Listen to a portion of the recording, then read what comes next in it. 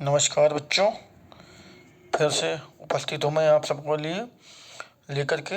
आज जो तीसरा अध्याय है चुनावी राजनीति, तो इसके बारे में देखते हैं। हम लोग फिर से पढ़ते हैं। आप लोग जो जल्दी जल्दी आप जुड़िए, हमारी वीडियो को देखिए, शेयर कीजिए, सब्सक्राइब कीजिए, लाइक कीजिए और कमेंट कीजिए। चारों चीज़ कीजिए। सब्सक्राइब जरूर कीजिएगा आप लोग, ठीक है।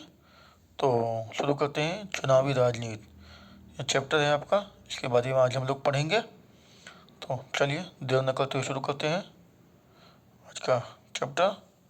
चुनावी राजनीति क्या है? चुनावी राजनीति शुरू करते हैं। क्या कह रहा है?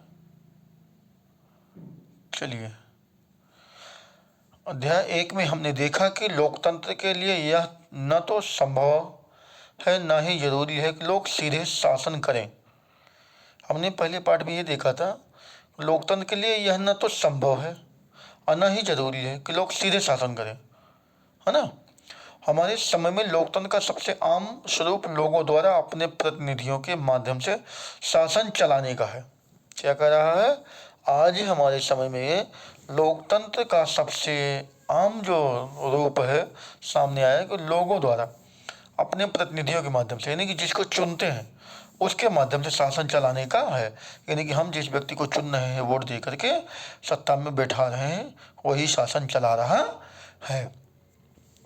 इस अध्याय में हम देखेंगे कि किसी लोकतंत्र में प्रतिनिधियों का चुनाव कैसे होता है। जो प्रतिनिधि है, जो चुनाव लड़ता है, जीतता है, उसकी बात करें कि उसका चुनाव कैसे किया जाता है। हम शुरुआत यह समझने से करेंगे कि लोकतंत्र में चुनाव क्यों जरूरी है। क्या कर रहा है? हम शुरुआत यह समझने में करेंगे कि लोकतंत्र में चुनाव क्यों जरूरी है। भाई सही बात है कि लोकतंत्र में चुनाव क्यों जरूरी है, क्यों चुनना चाहिए लोगों को, है ना। अगर लोकतंत्र है तो हम यह भी समझने की कोशिश करेंगे कि विभिन्न दलों के चुनावी प्रतिद्वंदिता किस तरह लोगों को लाभ पहुंचाती है। चुनाव का जो आपसी जो है प्रतिद्वंदिता है, मतलब कि कंपटीशन है, वह लोगों को किस तरीके का लाभ पहुंचा रही है। फिर हम यह सवाल उठाएंगे कि किन चीज़ों के कारण कोई चुनाव लोकतांत्रिक होता है, मतलब ऐसी कौन सी बातें हैं जिनकी वजह से चुनाव लोकतांत्रिक होता है। इसी के सहारे हम लोकतांत्रिक और गैर लोकतांत्रिक चुनाव का अंतर समझ पाएंगे। मतलब इन्हीं सब बातों को हम समझेंगे, तभी यह डिस्कस निकलेगा कि लोकतांत्रिक और गैर लोकतांत्रिक चुनाव में क्या अंतर होता है। अध्याय के बाकी हिस्से में हम इन्हीं पैमानों के आधार पर भारत में चुनावों का मूल्यांकन करेंगे। कह रहा है इसी अध्याय के जो बाकी बचे हिस्से हैं उनके बातों के आधार पर हम यह जानने का प्रयास करेंगे कि भारत में चुनाव का मूल्यांकन कैसे करेंगे। जो चुनाव होगा उसका मूल्यांकन कैसे किया जाना चाहिए। देखते क्या कर रहा। इस क्रम में हम चुनाव के प्रत्येक चरण यानी विभिन्न चुनाव क्षेत्रों की सीमा निर्धारण से लेकर चुनाव परिणामों की घोषणा तक पर नजर डालेंगे। मतलब कह रहा है कि जो चुनाव होता है कई चरण में, आज यहाँ इतने क्षेत्र में चुनाव का, 2 दिन बाद वहाँ उतने क्षेत्र में चुनाव, तो जो चुनाव प्रक्रिया है वह यह देखा जाता है कि कितने जिलों में या कितने राज्यों में चुनाव कब कब है, कैसे है, कितने क्षेत्र के लिए चुनाव एक दिन में किया जाएगा, कितनी जनता वोट देगी, है ना, कितने प्रतिनिधि वहाँ चुनाव लड़ने वाले हैं, ये सारी चीज़ों की नज़र डालेंगे। और उसके बाद चुनाव जो हो जाता है उसके बाद उसका जो मतगणना होती है, घोषणा होती है, रिजल्ट जो आता है वो देखा जाएगा कि कैसे उसकी गणना की जाती है, चुनावी गणना की जाती है। हर चरण में हम यह सवाल पूछेंगे कि क्या चुनाव होना चाहिए और प्रत्यक्ष चुनाव में क्या होता है। हर एक चरण में जो चुनाव होता है उसके बारे में हम यह जानना चाहेंगे कि प्रत्यक्ष चुनाव क्या होता है, चुनाव होना चाहिए तो प्रत्यक्ष चुनाव क्या है। अध्याय के आखिर में हम इस सवाल पर विचार करेंगे कि भारत में हुए चुनाव निष्पक्ष और स्वतंत्र ढंग से हुए हैं या नहीं। लास्ट में यह भी जानने का प्रयास करेंगे कि जो चुनाव हुआ है वह स्वतंत्र है कि नहीं, कोई धांधली तो नहीं हुई, निष्पक्ष हुआ है कि नहीं, कि किसी के पक्ष में ज़्यादा वोटिंग तो नहीं कराई गई। इन सब बातों पर हम ध्यान देंगे। ठीक है।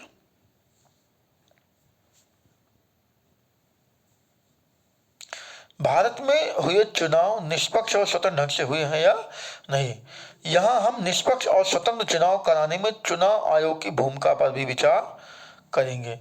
और एक चीज यह भी नजर डालेंगे, देखेंगे कि चुनाव आयोग जो है वह जो चुनाव करवा रहा है वह निष्पक्ष चुनाव करवा रहा है कि नहीं, किसी के साथ चुनाव में फर्जी वोटिंग तो नहीं करवा हो गई है, मशीन में जैसे पहले से वोट डाल के रखा जाए, मशीन बदल दिया जाए। तो इन सब चीज़ों की बात कर रहा है कि देखा जाए चुनाव आयोग कैसे काम कर रहा है। तो आगे देखते हैं, हम शुरुआत करते हैं आज चुनाव क्यों, क्या कह रहा है, चुनाव क्यों। तो देखने का रहा है हरियाणा के विधानसभा चुनाव, ये चुनाव क्यों है, इसमें देखते हैं हरियाणा की विधानसभा चुनाव। आधी रात के बाद का समय, उत्सुक भीड़ शहर के चौराहे के पास पिछले 5 घंटों से अपने नेता के आने का इंतजार कर रही है। आयोजक भीड़ को बार बार भरोसा दिला रहे हैं कि नेता बस अब आने ही वाले हैं। जब कि कोई गाड़ी पास से गुजरती है तो लोग अपने नेता को देखने की उम्मीद से उठ खड़े होते हैं, उन्हें लगता है कि हमारे नेता आ गए। कहने का मतलब हरियाणा के चुनाव था, वहाँ पर जो सभा आयोजित कर रहे थे या जहाँ नेता को आना था, तो वहाँ के जो स्वागत मुख्य आयोजक थे वो आयोजन करने वाले इस कार्यक्रम को, वो जनता को यही कह रहे थे कि बस नेताजी जाने वाले हैं। जब भी कोई गाड़ी का बगल से गुजरती थी लोग ये जान चौंक जाते थे शायद हमारे नेताजी आ गए। ठीक, यह नेता हैं श्री देवीलाल, हरियाणा संघर्ष समिति के प्रमुख। नेता कौन है, देवीलाल, जो हरियाणा संघर्ष समिति के प्रमुख थे, जो गुरुवार की उस रात करनाल में भाषण देने आने वाले हैं। मतलब रात में करनाल में ये भाषण देने के लिए आने वाले थे। 76 वर्ष के इस नेता को आज कल जरा भी फुर्सत नहीं है। मतलब उनकी उम्र कितनी हो चुकी थी, 76 वर्ष। ठीक है, आगे मतलब उनको फुर्सत नहीं, टाइम नहीं है, इतना व्यस्त है वो। उनका राजनीतिक कार्यक्रम सुबह 8 बजे से लेकर रात को 11 बजे तक चलता है। आज सुबह से उन्होंने 9 चुनावी सभाओं में भाषण दिया। पिछले 23 महीनों से वे लगातार जनसभाएं कर रहे हैं और चुनाव की तैयारियां कर रहे हैं। यानी कि लगभग 2 साल से वो चुनाव की तैयारी कर रहे थे, जो सुबह 8 बजे निकलते थे और रात को 8 बजे तक भाषण देते थे, कार्यक्रम आयोजित करते थे। ठीक है, तो देखते हैं क्या करा, थोड़ा सा देख लेते हैं। हाँ चलिए देखते हैं, कह रहा है क्या, हरियाणा में 1987 में हुए राज्य विधानसभा चुनाव से जुड़ी एक अखबार की खबर है। यह जो आपने पढ़ा अभी देवीलाल वाली बात, तो क्या थी, 1987 में एक विधानसभा चुनाव हुआ था हरियाणा में, उसकी बात कर रहा है। राज्य में 1982 से कांग्रेस पार्टी की अगुवाई वाली सरकार थी। कब, 1982 से हरियाणा राज्य में किसकी सरकार थी, कांग्रेस की। तब विपक्ष के एक नेता चौधरी देवीलाल ने न्याय युद्ध नामक आंदोलन चलाया। तो उसी समय जो विपक्ष के नेता थे, अपोजिट पार्टी के नेता थे देवीलाल ने, उन्होंने न्याय युद्ध नामक आंदोलन का नेतृत्व किया। इन्होंने एक आंदोलन चलाया जिसका नाम रखा न्याय युद्ध, और लोकदल नामक अपनी नई पार्टी का गठन भी किया था। इन्होंने अपनी एक पार्टी क्या बनाई थी, लोकदल। उनकी पार्टी ने चुनाव में कांग्रेस के खिलाफ अन्य विपक्षी दलों को मिलाकर एक मोर्चा बनाया। कहने का मतलब था कांग्रेस के खिलाफ जितनी पार्टियां थी उन सबको इन्होंने मिला के एक मोर्चा यानी संघर्ष समिति बनाई, चलाया। अपने चुनाव प्रचार में देवीलाल ने कहा कि अगर उनकी पार्टी चुनाव जीती तो वे किसानों को, छोटे व्यापारियों के कर्ज माफ कर देंगे। उनका एक दावा था कि अगर हमारी सरकार बन जाती है, देवीलाल ने कहा अगर हमारी सरकार बन जाती है तो वो जो छोटे किसान व व्यापारी, जो किसान है और छोटे व्यापारी हैं, उनका जो कर्ज लिया गया है सरकार के द्वारा, सरकार से कर्ज लिए हैं, उसे माफ़ कर दिया जाएगा। भाई कर्जा माफ़ करने की बात कर हर आदमी खुश हो जाता है। तो ये होता है चलो इन्हीं को वोट दो तो भैया कर्ज माफ़ होगा, कोई लाख 2 लाख 5 लाख जो कर्ज लिया उसका कर्जा माफ़ हो जाएगा, तो सोचेगा चलो भैया कुछ राहत मिल गई। इसलिए उन्होंने कर्ज माफ़ी की बात की। उन्होंने वादा किया कि यही उनकी सरकार का पहला काम होगा। क्या कहा उन्होंने? उन्होंने वादा किया कि यही उनकी सरकार का पहला काम होगा, यानी कि हमारी सरकार बनते ही पहला काम क्या होगा? किसानों और छोटे व्यापारियों का कर्जा माफ करना हमारी पूरी जिम्मेदारी होगी। चलो, लोग तभी सरकार से नाखुश थे। क्या कहना, जनता सरकार से नाखुश थी। वे देवीलाल के वायदे की तरफ आकर्षित हुए, यानी देवीलाल ने जो वादा किया लोगों से कर्ज माफी का, लोग इनकी तरफ झुकने लगे, जुड़ने लगे। और क्या कह रहा है? इसीलिए जब चुनाव हुए तो उन्होंने लोकदल और उसके सहयोगी दलों के पक्ष में जमकर वोट किए और इस लुभावनेवादी में जनता आ गई और उसने लोकदल को भारी मतों से वोट दिया, खूब बढ़ चढ़ के वोट दिया, हिस्सेदारी है ना। उनकी सहयोगी पार्टियों को राज्य के विधानसभा में 90 सीटों में से 76 पर जीत मिली। राज्य में जो 90 सीटें थी उसमें से 76 उनके जो सहयोगी दल थे उनको जीत मिल गई। लोकदल को अकेले ही 76 सीटें मिली थी। सोचिए, लोकदल को अकेले कितनी 60 सीटें मिली, सॉरी, लोकदल को अकेले ही 60 सीटें मिल गई और उससे स्पष्ट बहुमत मिला। कांग्रेस के हाथ तब सिर्फ 5 सीटें लगी, यानी कांग्रेस की जो कार्य प्रणाली थी उससे लोग नाखुश थे, कार्य पद्धति से, उनके कार्यों से, जिसकी वजह से इन्हें केवल कितने मिले? 5 सीट मिली और लोकदल को कितना 60 और उनके अन्य सीट को मिलाकर 76 सीटें मिल गई। तो चुनावी नेताओं की घोषणा के बाद तत्कालीन सरकार मुख्यमंत्री ने पद छोड़ दिया। जब चुनाव का घोषणा हो गई और नतीजा आ गया, चुनाव होने के बाद नतीजा आया तो उसके बाद जो उस समय कांग्रेस सरकार थी उसने मुख्यमंत्री पद से त्यागपत्र दे दिया। लोकदल के नवनिर्वाचित विधायकों ने देवीलाल को अपना नेता चुना। जो लोकदल था उसके जो नए चुने हुए नेता थे, विधायक थे, उन लोगों ने देवीलाल को ही अपना नेता चुन लिया। राज्यपाल ने देवीलाल को नए मुख्यमंत्री के रूप में काम संभालने का निमंत्रण दिया। भाई जब पूर्ण बहुमत मिल गई देवीलाल को, लोकदल को, तो देवीलाल को कहा कि भाई अब आप सरकार बनाइए। राज्यपाल ने उनको न्योता दिया और क्या कहा? काम संभालने के निमंत्रण दिया।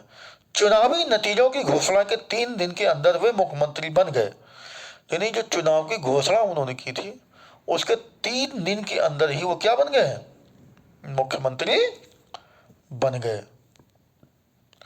मुख्यमंत्री पद की शपथ लेने के तत्काल बाद उनकी सरकार ने एक आदेश जारी करके छोटे किसान, खेतिहर मजदूर और छोटे व्यापारियों का बकाया ऋण को माफ कर दिया।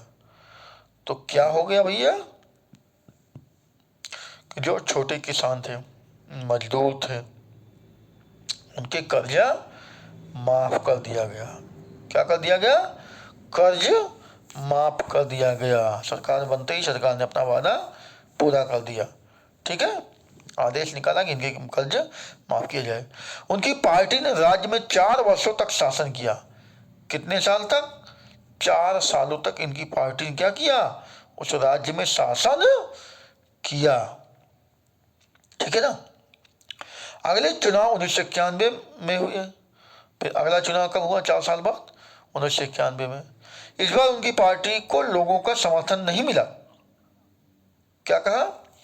1991 के चुनाव में लोकदल को लोगों ने वोट नहीं दिया, उनको लोगों का साथ नहीं मिला। कांग्रेस पार्टी ने चुनाव जीता और सरकार बनाई। फिर पुनः 1991 में क्या हुआ? कांग्रेस पार्टी ने चुनाव जीत लिया और अपनी सरकार बनाई। तो इससे ये देखने को मिलता है बच्चा कि सरकार बदलती रहती है, कभी इसकी सरकार तो कभी उसकी सरकार। ठीक है ना। जनता कब किधर पलट जाए, किसको वोट दे दे, कोई किसी को नहीं पता है। कह रहा चुनाव की जरूरत क्यों है? अब कह रहा आगे क्या कि आखिर चुनाव की जरूरत ही क्यों है। ठीक है ना, देखते हैं चुनाव की जरूरत क्यों है भैया। किसी भी लोकतंत्र में नियमित अंतराल पर चुनाव होते हैं। चाहे जो भी लोकतांत्रिक देश हो वहाँ एक नियमित अंतराल पर, यानी नियमित समय पर, जैसे 5 साल का समय हमारे यहाँ निर्धारित है तो हर 5 साल बाद चुनाव होता रहेगा। दुनिया के 100 से अधिक देश ऐसे हैं जहाँ प्रतिनिधियों को चुनने के लिए चुनाव होते हैं। मतलब 100 से अधिक ऐसे जो देश हैं जहाँ पर यह नियम बनाया गया है, यह सिस्टम बनाया गया है कि वहाँ के जो प्रतिनिधि होंगे यानी अगुआ होंगे, जनता के अगुआकर्ता होंगे, उनका चुनाव जनता के द्वारा किया जाता है। हम यह भी जानते हैं कि अनेक ऐसे देश जो लोकतांत्रिक नहीं है, मतलब बहुत से ऐसे देश हैं यहाँ लोकतंत्र कायम नहीं है, वहाँ भी चुनाव होते हैं, मगर लोकतंत्र कायम नहीं है वहाँ पर हमें चुनावों की जरूरत क्यों होती है? आइए बिना चुनाव वाले लोकतंत्र की कल्पना करें। मतलब हमें चुनाव की आवश्यकता क्यों है? तो इसके लिए हम बिना लोकतंत्र के बिना चुनाव वाले लोकतंत्र की कल्पना करें, यानी यहाँ बिना चुनाव के लोकतंत्र है। अगर ऐसे सारे लोग रोज साथ बैठे और सारे फैसले मिलजुल कर ले, तब बिना चुनाव के लोगों का शासन संभव है। कह रहा है जहाँ पर सारे लोग रोज डेली बैठे, एक समय निर्धारित हो, सुबह या शाम जहाँ बैठते हो, और वह किसी भी कार्य को सफलतापूर्वक बातचीत करके निष्कर्ष निकाले और उस काम को करें मिलजुल कर सहयोग से, तब वहाँ पर चुनाव की आवश्यकता नहीं है।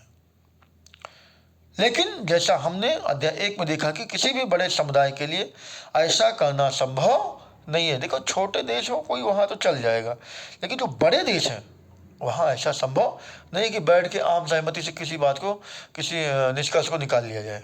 ठीक है, न ही यह संभव है कि हर किसी के पास हर मामले पर फैसला करने का समय और ज्ञान हो, और यह भी जरूरी नहीं कि हर एक व्यक्ति के पास हर एक काम के लिए, हर एक समस्या के लिए उसके पास फैसला लेने का ज्ञान हो या समय हो कि वो ऐसा कर सके। इसलिए अधिकांश लोकतांत्रिक शासन व्यवस्थाओं में लोग अपने प्रतिनिधियों के माध्यम से शासन करते हैं। इसलिए ज़्यादा से ज़्यादा जो क्षेत्र है लोकतांत्रिक जो शासन व्यवस्था में लोग अपने प्रतिनिधियों का, जहाँ लोकतंत्र है वहाँ लोग अपना जो प्रतिनिधि होता है उसे चुन लेते हैं, उसके माध्यम से शासन चलाते हैं कि चुने जाएंगे तो ये काम करेंगे। क्या चुनाव के बिना भी लोकतंत्र ढंग से प्रतिनिधियों का चुनाव किया जा सकता है? ये पूछ रहा है कि क्या चुनाव के बिना भी लोकतांत्रिक ढंग से प्रतिनिधियों का चुनाव किया जा सकता है या नहीं, यानी बिना लोकतंत्र के जनता जो लोग हैं जिनको चुना जाना है, क्या उन्हें चुन सकते हैं? नहीं, वोट दे करके उनको मुखिया बनाया जा सकता है कि नहीं, अगुवाकर्ता बनाया जा सकता है कि नहीं? आइए एक ऐसी जगह के बारे में कल्पना करें जहां प्रतिनिधियों का चुनाव उम्र और अनुभव के आधार पर किया जाता है। मतलब कुछ ऐसी जगह है जहां व्यक्ति का अनुभव और उसकी उम्र के आधार पर उसको नेता या मुखिया चुना जाता है। या एक ऐसी जगह की कल्पना करें जहां प्रतिनिधियों का चुनाव शिक्षा या ज्ञान के आधार पर होता है। या फिर ऐसी जगह का कल्पना किया जाए, सोचा जाए, जहाँ जो प्रतिनिधि हैं जिसको चुनते हैं वो शिक्षित हो और उसको ज्ञान हो, उसके आधार पर, ठीक है ना, चुना जाना चाहिए। किसे कह रहा है, किसे ज़्यादा अनुभव या ज़्यादा ज्ञान है, यह तय करने में थोड़ी परेशानी आ सकती है। भाई यह तो तय करना, निश्चित करना थोड़ा सा कठिन काम है कि किसे ज़्यादा ज्ञान है या कौन ज़्यादा अनुभवी है इस मामले में, उस कार्य के बारे में। ठीक है, पर यह मान लें कि लोग मिलजुल कर इन परेशानियों को दूर कर लेंगे, स्पष्ट है कि फिर ऐसी जगह पर चुनाव की जरूरत नहीं रह जाएगी। कह रहा है परेशानियों को तो मिलजुल कर लोग दूर कर लेंगे और स्पष्ट हो जाएगा, यानी साफ साफ यह भी हो जाएगा कि ऐसी जगह पर चुनाव की जरूरत नहीं रह जाएगी जहाँ हर समस्या का समाधान बैठ कर मिलजुल कर लोग कर ले रहे हैं अनुभव ज्ञान के आधार पर। तो वहाँ पर चुनाव की जरूरत नहीं है। लेकिन क्या फिर हम इस व्यवस्था को लोकतंत्र कह सकते हैं? लेकिन क्या जो मिलजुल कर बैठ करके ज्ञान और अनुभव के आधार पर काम किया जा रहा है, शिक्षा के आधार पर, क्या उसे हम लोकतंत्र कहेंगे या नहीं, ये प्रश्न उठ रहा है। और यह कैसे पता करेंगे कि लोगों को उनका प्रतिनिधि पसंद है या नहीं? और क्या कहा, यह भी एक चीज़ देखने का प्रयास करेंगे कि जो व्यक्ति है, जो प्रतिनिधि है, जो नेता बन रहा है, जो चुनाव अगुवा करता है, वह लोगों को पसंद है या नहीं, ये भी देखना है। हम यह व्यवस्था कैसे करेंगे कि प्रतिनिधि लोगों की इच्छा के अनुरूप ही शासन करेगा? अच्छा, और यह चीज़ कैसे हम समझ सकते हैं या व्यवस्था कर सकते हैं, सोच सकते हैं कि जो व्यक्ति चुना जाएगा वो जनता के लिए ही काम करेगा, उनकी भलाई के लिए काम करेगा? ऐसा भी तो हो सकता है कि ना करे काम, अपने लिए स्वयं काम करे।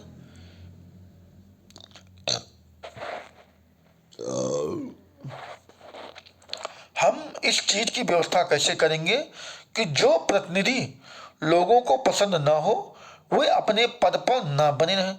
अच्छा, हम इस बात का निर्धारण कैसे कर सकते हैं, कैसे सोच सकते हैं कि जो व्यक्ति नहीं पसंद है वो अपने पद पर ना बने और ना रहे? ऐसा कैसे हो सकता है? ये भी एक समस्या है। और क्या कह रहा है?